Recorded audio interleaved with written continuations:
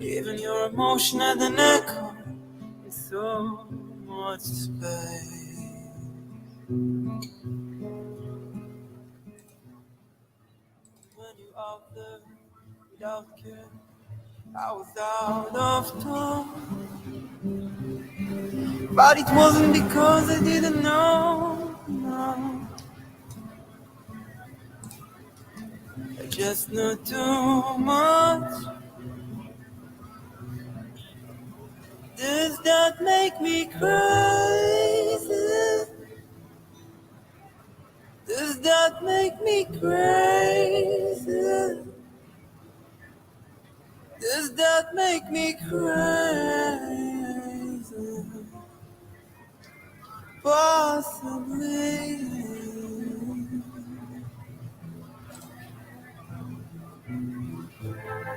I hope that you're having the time of your life. Think twice.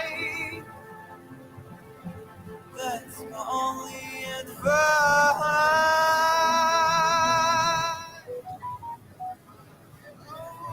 Who do you think you are?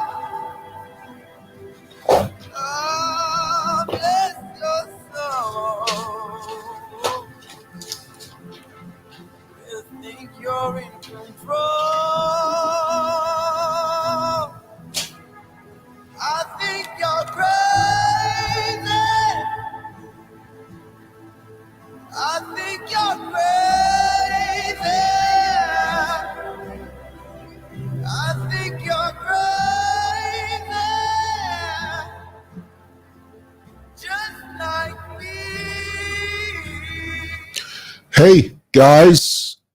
Happy Saturday, wherever you're watching us from today. Thank you so much for taking the time out of your very busy schedule to spend a few moments with me here on SML TV. Before we begin, a couple of shout outs to you guys and thank you once again. I can never say thank you enough.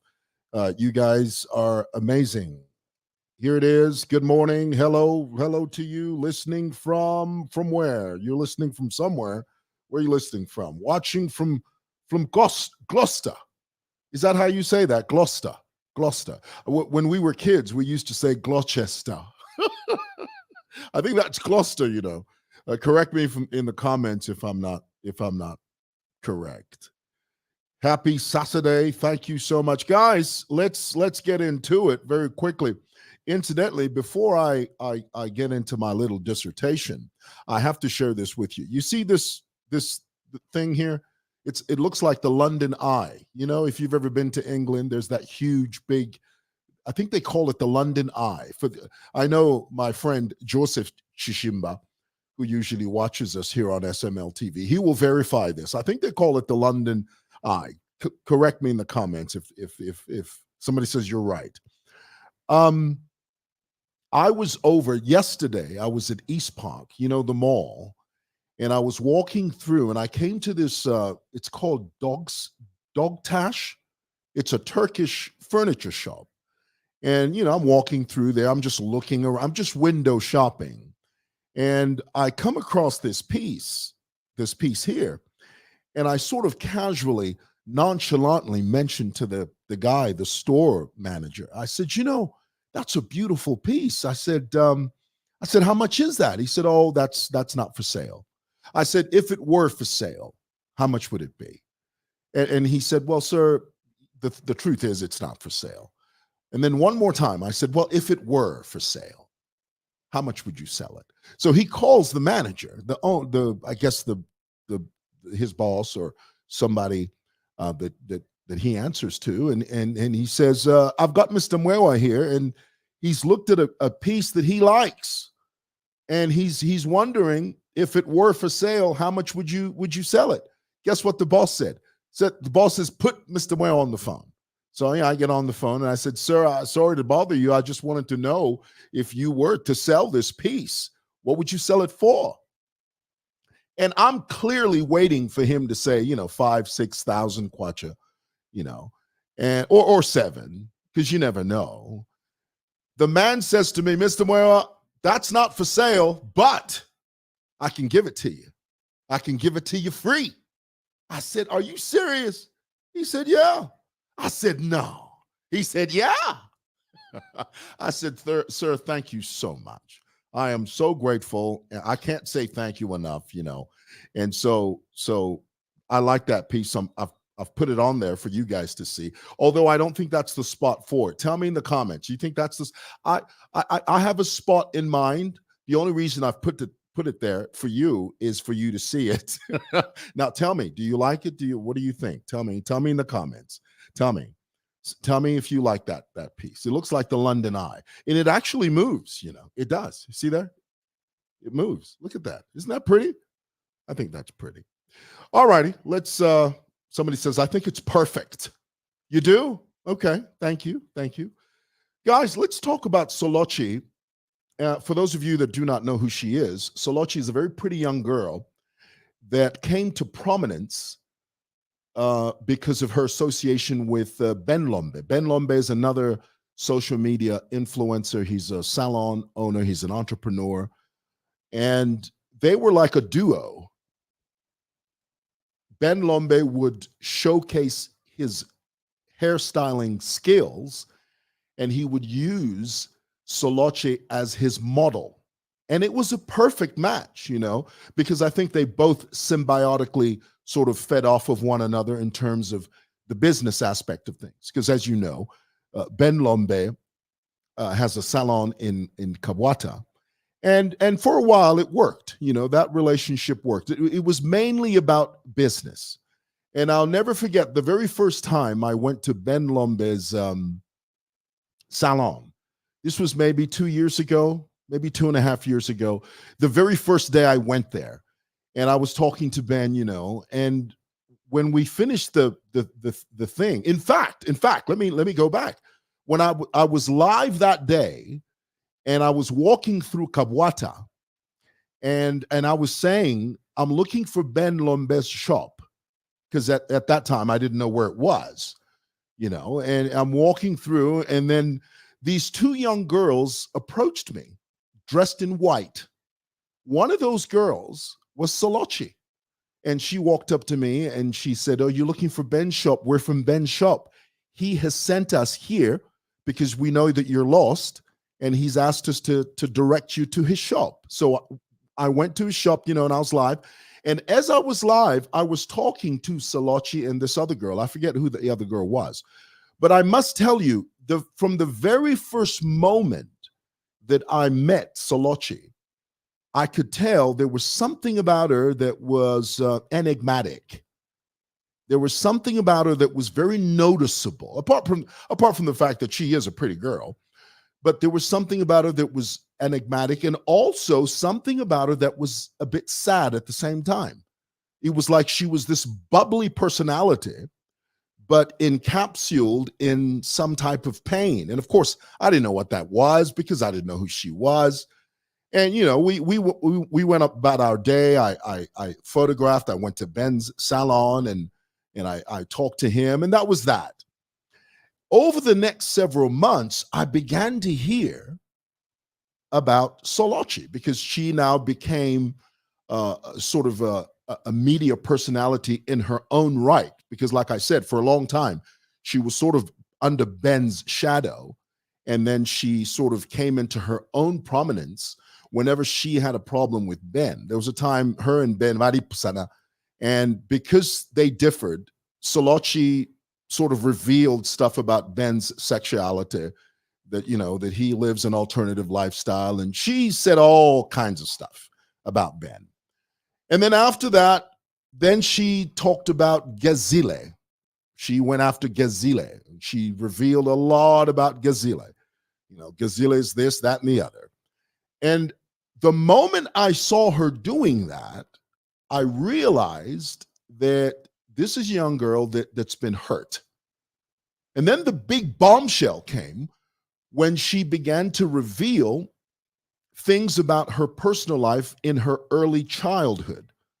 She began to say that she comes from a family where she was repeatedly abused, not only physically abused, but sexually abused, emotionally abused.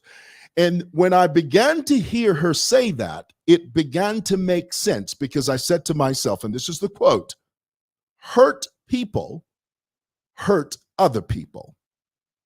Whenever you have someone that has been traumatized, someone that has been vilified, someone that has gone through a traumatic experience like rape or physical, sexual abuse, or any type of trauma to a child, because everybody knows children are very impressionable human beings. And when you abuse them, it alters their personality. It alters, in many cases, their trajectory.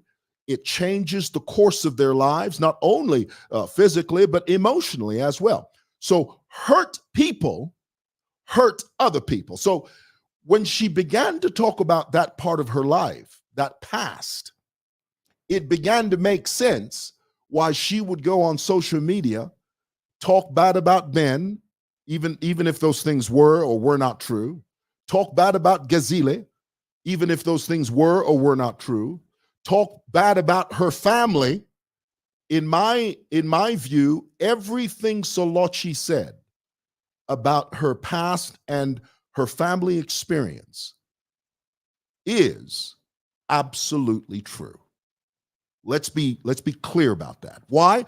Because hurt people hurt other people.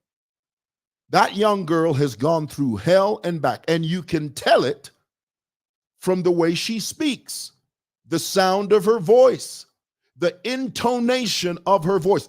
When you look at a photograph of Solochi, if you've never heard her speak, if you've never heard her say anything audibly, if she's never recorded an audio tape, if you've never watched any of her videos, you just look at her at face value, you look at her photograph, you would think that this is not only is she pretty, you'd think that this girl probably has a sweet voice and a comely voice and sort of like a meek personality. But oh, honey, when you meet her in person, boy, tell you what, she's got that voice. She's got a voice that is very domineering.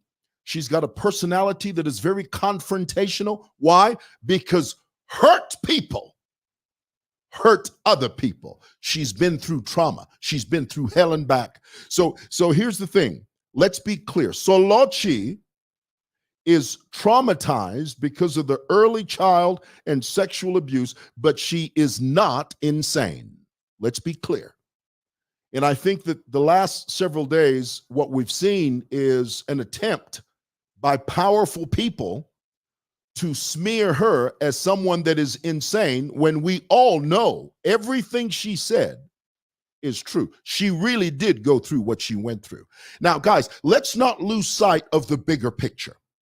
This is not about smearing a family. It's not about talking bad about a family. It's about the girl child being taken advantage of in a home, being sexually abused in full view of other people, and then expecting that child, when that child becomes of age, to simply block it out and pretend it didn't exist. Oh, no, honey. When you've been through enough trauma, especially the girl child, at some stage it explodes. It's like a powder keg. It explodes and it splatters everywhere. Why? Because for years, that experience was suppressed. And as a child, as a girl child, she didn't know how to process that. She didn't know how to process what little baby, what little child. And I know some of you are saying, oh, so some of you remember what happened to you at 2 years old. I agree. I think maybe she got the time frame wrong. I don't think she was 2. I think she was slightly older than that. But still, it doesn't negate the fact that that experience happened. Just because she may have gotten the age wrong, whether she was 2 or 10 or 7 or 12, okay? Because as far as the age of accountability is concerned, 2 years old is too young. You can't remember what happened to you at 2 years old. So I think that in that area, she probably got the time frame wrong. But let me repeat, it doesn't negate the fact it still happened. Let's be clear about that. Just because she misspoke and she said 2 years old, it doesn't mean it didn't happen. It did. And when it did happen in the way that it did, at some stage, it becomes like a powder keg and it blows up in the face of everybody. I'll never forget a quote, a famous quote in the film Color Purple. Remember Oprah Winfrey? She was playing the character of, I forget the character, but she said a line in there. She said, "A girl ain't safe in a world full of men. A girl is not safe in a world full of men. A girl child is vulnerable. In a world full of men, a child that doesn't have a strong father figure, a girl child that doesn't have somebody that will step into the gap for them and stand in front and say, I will protect you. I will shield you from any harm." A child that doesn't have a father figure is vulnerable. Oh, she was vulnerable in a world full of men. A girl ain't safe in a world full of men. And so the bigger picture here, my brothers and sisters, let's not focus on the Solochis. Even though what Solochi claimed that family did to her, and my inclination is that she was telling the truth. You know, that's my inclination. Let's not focus on that family. Yes, the family has to take accountability for what they did to her. And if it's possible from a legal point of view to make them pay for that trauma, do it. I encourage the government, the authorities, everybody involved, if it's possible, to put those people to answer for their crime against that girl, if at all possible, do it. But the bigger picture, the bigger conversation is the vulnerability of the girl child and what a girl child should do should she find herself in that position. Because if you let this one go, what you're telling the girl child that has been abused, that has been sexually taken advantage of, if you let this go, what you're saying is it's okay. And there are many young girls out there that have gone through the same trauma, if not worse, than Solochi. And if you don't handle this the right way, you are silencing those victims. You are putting a muzzle on their mouths. You are stifling their voices. You are suppressing their pain. So my brothers and sisters, I close with this. There's a lady on Facebook.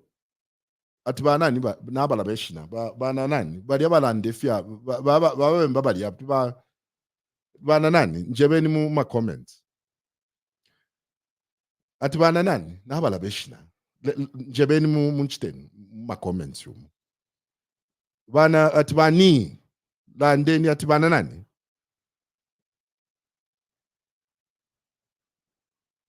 You'll tell me here in a moment.